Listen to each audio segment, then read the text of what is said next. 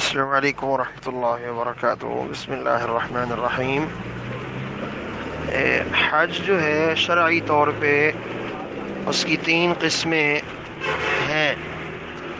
حج مفرد ہے، حج تمتع ہے اور حج قران ہے۔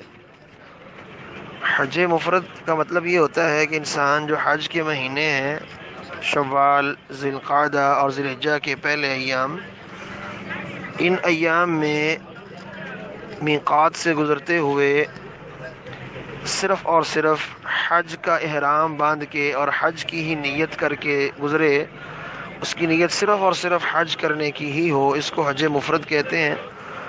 اور اس حج مفرد کرنے والے انسان پہ خواہ مرد ہو، عورت ہو، بچہ ہو، جوان ہو، کوئی قربانی نہیں ہے۔ حج کی دوسری قسم ہے حج تمتع۔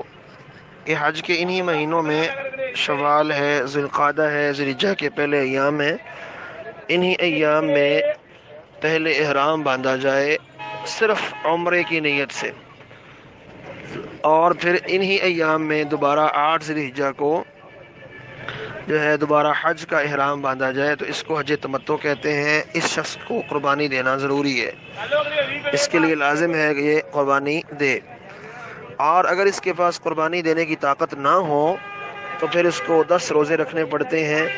3 روزے ایام تشریق 11، 12، 13 تاریخ کو، اور 7 روزے واپس اپنے ملک میں آ کے۔ تیسری قسم ہے حج قران۔ اس میں تو قربانی میقات سے گزرتے ہوئے ساتھ لے کے ہی جانی پڑتی ہے، خواہ اس کا ٹوکن لے لیا جائے حج اس قربانی کا، تو وہ بھی درست ہے۔ تو ان 2 حجوں میں قربانی لازم ہے۔ حج قران میں تو ساتھ لے جانی ہوتی ہے میقات سے، خواہ ٹوکن کی صورت میں علماء رخصت دیتے ہیں آج کل، بہتر یہی ہے کہ قربانی کا جانور ساتھ لے کے جائے۔ تو اب اگر انسان اپنے ہاتھوں سے قربانی کرے تو اس کی فضیلت زیادہ ہے۔